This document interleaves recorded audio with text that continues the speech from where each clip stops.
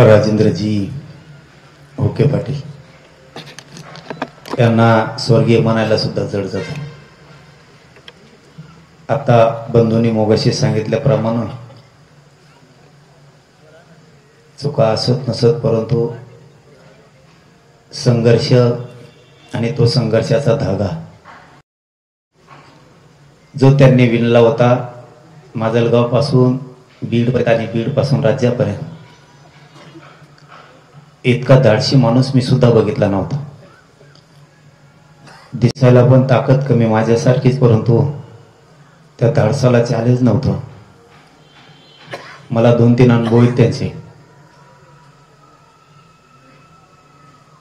पण माझ्याकडे येताना खूप प्रामाणिक यायचे. तुम्ही सांगितलेल्या पद्धतीत माझ्यापर्यंत कधी आले नाही. माझा आग्रह मात्र असायचा, मला तो वकील साहेब सुद्धा याला साक्षीदार आहेत, तेवढी एक गोष्ट करू नका म्हणायचो मी, आम्ही तुम्हाला कुठंच कमी नाही. परंतु आता हो म्हणायचे आणि पुन्हा तसंच व्हायचं. त्यांनी त्या गोष्टीपासून लांब जायला पाहिजे होतं ही सगळ्यांची इच्छा होती, परंतु त्यांचं स्वप्न साकार करायचं आपल्या सगळ्यांच्या हातात. त्यांच्या लेकराबाळाला कसलं दुःख लागू द्यायचं नाही, ही जबाबदारी आपण सगळेजण उचलू. मी रात्री माझ्याकडं आपल्या गावचं तालुक्याचं शिष्टमंडळ आलं होतं, त्यावेळेसच मी सांगितलं,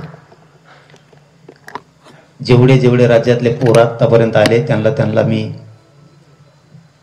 त्यांनी मागितल्याप्रमाणे मदत मिळवून दिली. तसंच यांना सुद्धा रात्री सांगितलं की दोन्ही पोरांचा नोकरी लागेपर्यंत मी एक जणाकडे कोणाकडे तरी ते दोन्ही मुलांचं शिक्षणाचं नोकरी लागेपर्यंत देतो. हे मी त्यांना रात्री शब्द दिला. भाषणात बोलायचं आणि ते इतका आनंदाचा दिवस नाहीये. दुःखाचा डोंगर त्या कुटुंबावरती कोसळलाय. त्यांना आणखीन कुठली मदत लागल तितकी द्यायचा मी प्रयत्न 100% बाहेरून करेन. तुम्हाला नाही अडचण येऊ द्या.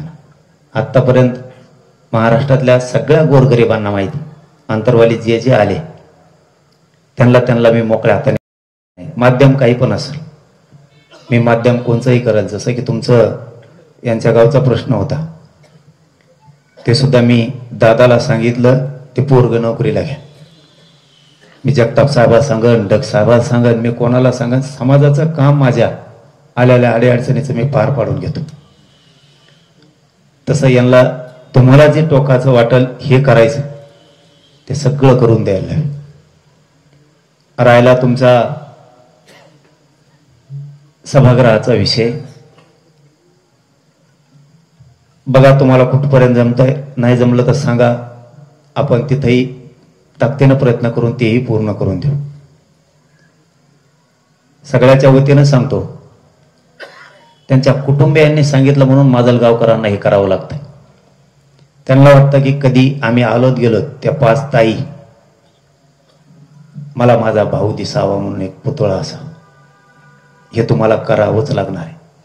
या ठिकाणी तिथं नकार कोणी आणू नका.